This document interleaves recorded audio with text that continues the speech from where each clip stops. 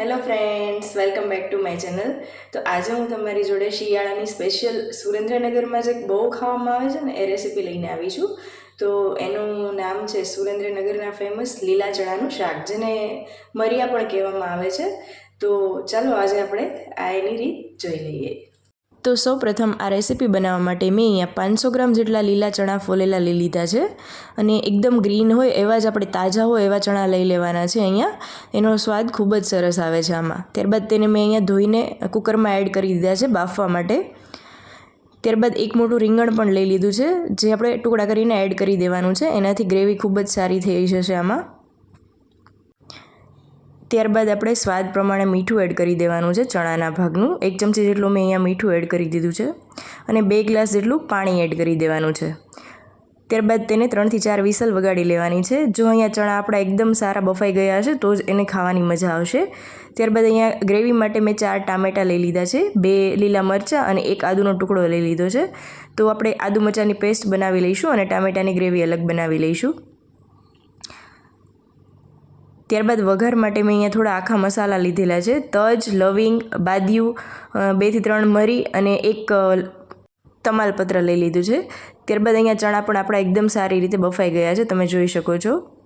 એને આપણે મેશરની મદદથી થોડા મેશ કરી લેવાના છે, જેથી જે આપણે રીંગણ એડ કર્યું હતું બાફવામાં એ એકદમ સારી રીતે મેશ થઈ જશે અને ગ્રેવી બની જશે એની.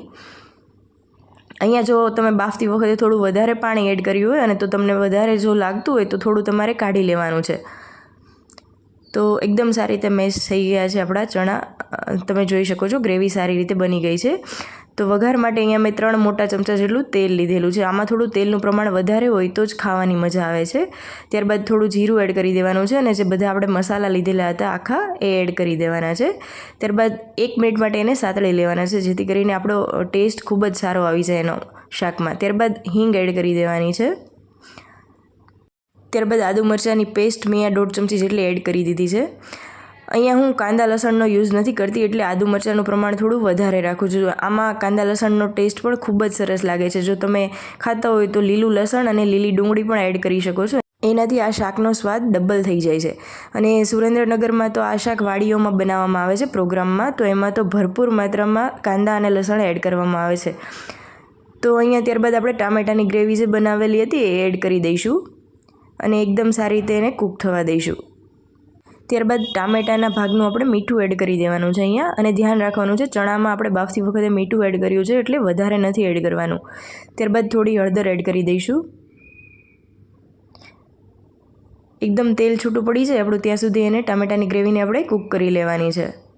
તમે જોઈ શકો છો એકદમ સારી એવી ગ્રેવી આપણી થઈ ગઈ છે. ત્યારબાદ હવે આપણે જેટલું તમે તીખું ખાતા હો એ પ્રમાણે મસાલો એડ કરી દેવાનો છે. મારે અહીંયા રામદેવ મસાલો છે એટલે મેં 2 ચમચી જેટલો મસાલો એડ કર્યો છે.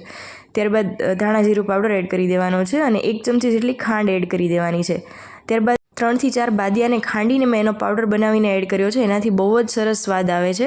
તો તમે આ ભૂલતા નહીં, જરૂરથી એડ કરજો, એનાથી બહુ જ સરસ સ્વાદ આવે છે. ત્યારબાદ એને એકદમ સારી રીતે મિક્સ કરીને 1-2 મિનિટ માટે કૂક થવા દેવાનું છે, જેથી બધા મસાલાનો ટેસ્ટ ખૂબ જ સારો આવવા લાગે.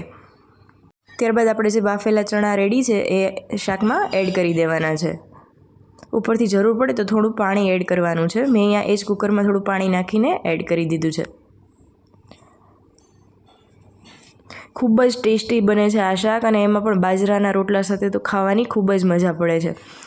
તો બસ આપણે આને એકદમ સારી રીતે ઉકાળી લેવાનું છે. અને જો તમે આ શાક ચૂલા પર બનાવો તો એની તો કંઈક ખાવાની મજા જ અલગ હોય છે. તો આપણું શાક અહીંયા એકદમ સારી રીતે ઉકળી ગયું છે. ગ્રેવી આપણી થોડી થીક થઈ જાય, તમારે જો પતલી ગ્રેવી રાખવી હોય તો તમે એ પણ રાખી શકો છો, પણ થોડી થીક ગ્રેવી હોય તો ખાવાની મજા પડશે. તો બસ આવી રીતે જો તેલ છૂટું પડી ગયું છે અને ઓલમોસ્ટ આપણું શાક બનીને તૈયાર થઈ ગયું છે. ગ્રેવી પણ આપણી એકદમ જાડી બની ગઈ છે. તો હવે ગેસની ફ્લેમ આપણે બંધ કરી દઈશું. ત્યારબાદ લીંબુનો રસ એડ કરી દેવાનો છે અને ઉપરથી આપણે એક અલગથી વઘાર કરીશું. તો એના માટે મેં અહીંયા 2 ચમચી જેટલું તેલ એડ કરી દીધું છે.